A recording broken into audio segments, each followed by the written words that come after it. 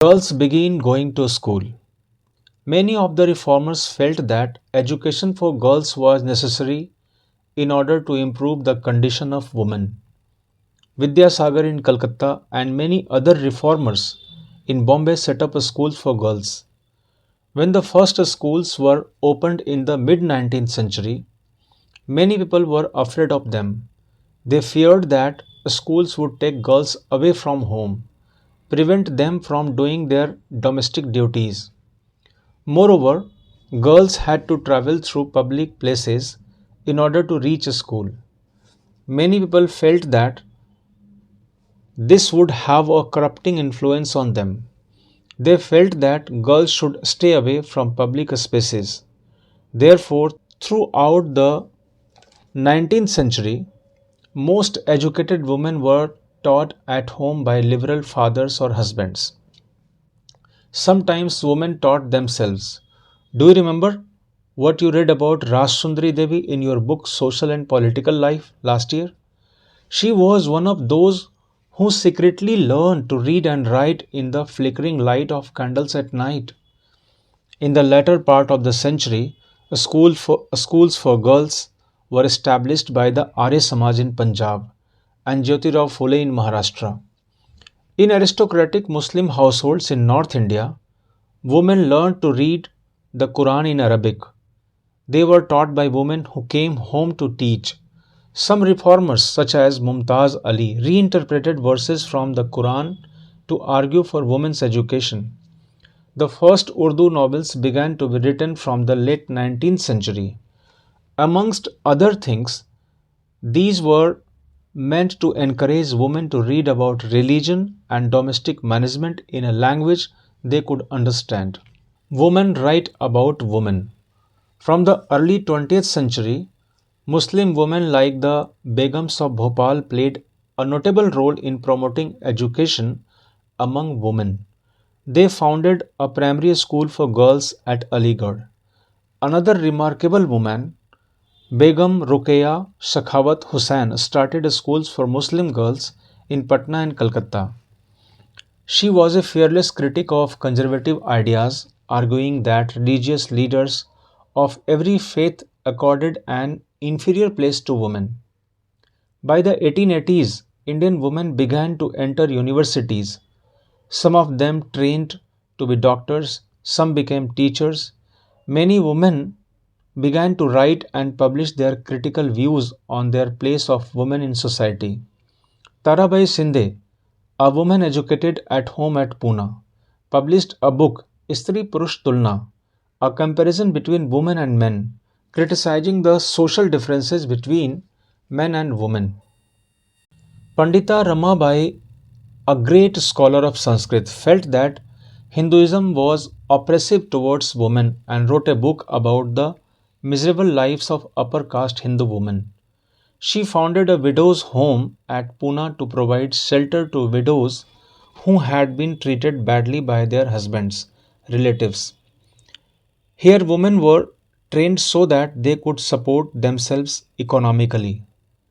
Needless to say, all this more than alarmed the Orthodox. For instance, many Hindu nationalists felt that Hindu women were adopting Western ways and that this would corrupt Hindu culture and erode family values. Orthodox Muslims were also worried about the impact of these changes. As you can see, by the end of the 19th century, women themselves were actively working for reform. They wrote books, edited magazines, founded schools and training centers, and set up women's associations. From the early 20th century, they formed political pressure groups to push through laws for female suffrage, the right to vote, and better health care and education for women. Some of them joined various kinds of nationalist and socialist movements from the 1920s. In the 20th century, leaders such as Jawaharlal Nehru and Subhash Chandra Bose lent their support to demands for greater equality and freedom for women.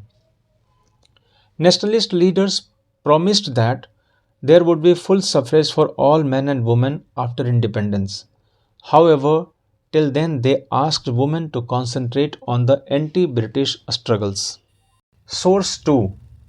Once a woman's husband has died. In her book Stri Purush Tulna, Tarabai Shinde wrote, "Isn't a woman's life as dear to her as yours is it to you? Is to you? It's as if women are meant to be made of something different from men altogether, made from dust, from earth or rock or rusted iron, whereas you and your lives are made from the purest gold." You are asking me what I mean. I mean, once a woman's husband has died, what's in store for her? The barber comes to shave all the curls and hair off her head. Just to cool your eyes, she is shut out from the going to weddings, reception, and other auspicious occasions that married women go to. And why all these restrictions? Because her husband has died. She is unlucky. Ill fate is written on her forehead. Her face is not to be seen. It's a bad omen. Law against child marriage. With the growth of women's organization and writings on these issues, the momentum for reform gained strength. People challenged another established custom, that of child marriage. There were a number of Indian legislators in the Central Legislative Assembly who fought to make a law preventing child marriage. In 1929, the Child Marriage Restraint Act was passed without the kind of bitter debates and struggles that earlier laws had seen. According to the Act, no man below the age of 18 and woman below the age of 16 could marry. Subsequently, these limits were raised to 21 for men and 18 for women. Caste and social reform. Some of the social reformers we have been discussing also criticized caste inequalities. Ram Mohan Roy translated an old Buddhist text that was critical of caste. The Prarthana Samaj adhered to the tradition of bhakti that believed in spiritual equality of all castes. In Bombay, the Paramhans Mandali was founded in 1840 to work for the abolition of caste. Many of these reformers and members of reform associations were people of upper castes. Often, in street meetings, these reformers would violate caste taboos on food and touch in an effort to get rid of the hold of caste prejudice in their lives. There were also others who questioned the injustices of the caste social order.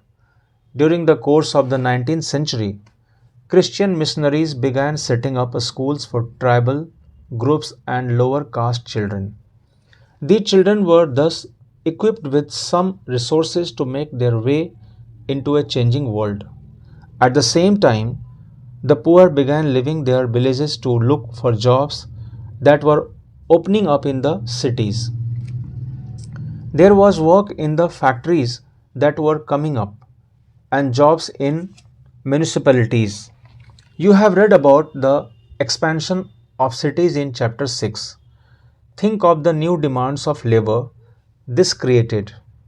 Drains had to be dug, roads laid, buildings constructed, and cities cleaned. This required coolies, diggers, carriers, bricklayers, sewage cleaners, sweepers, planquin bearers, rickshaw pullers. Where did this labor come from? The poor from the villages and small towns, many of them from low castes, began moving to the cities where there was a new demand for labor. Some also went to work in plantations in Assam, Marutis, Trinidad, and Indonesia. Work in the new locations was often very hard, but the poor, the people from low castes, saw this is an opportunity to get away from the oppressive hold that upper caste landowners exercised over their lives and the daily humiliation they suffered. There were other jobs too. The army, for instance, offered opportunities. A number of Meher people who were regarded as untouchable found jobs in the Meher regiment. The father of B.R. Ambedkar, the leader of the Dalit movement, taught at an army school.